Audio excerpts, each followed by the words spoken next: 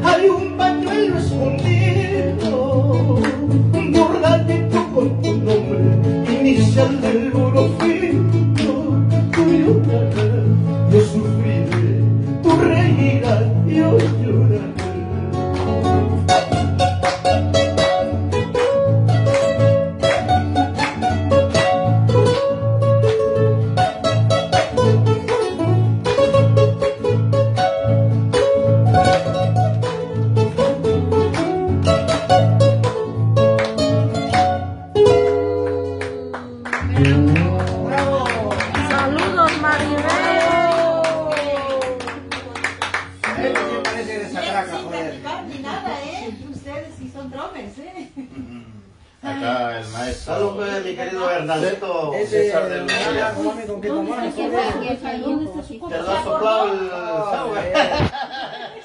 Salud, aquí reunidos con los amigos de Paucar del Sarasara. Aquí mi bar está vacío. Con nuestro cantautor César Guardia de la Cruz. Últimamente le dice César de Lucía. Y Nibardo Guardia Silva. El mejor artista de Paucar del Sarasara. Y de Cora Cora, ¿no? De origen. ¿Qué? ¿César? César es Yo por de mi San madre. Sebastián, Por eso Ligardo. Pausino y coracoreño de origen, Claro. ¿no? Pero más porcino, porque es Por nacimiento. enamorado de Sarasara, de Sarita. Ah, de ahí no te Es mueves. que, bueno, hemos también De ahí no te mueves pasado nadie. nuestra infancia en Pausa, ¿no? Porque en Pausa está mi hermano mayor, que es Guillermo Gutiérrez de la Cruz. Siempre iba desde pequeño. Y estaba mi tía, que en paz descanse, mi tía María de la Cruz, la esposa de mi tío Justo Ortiz.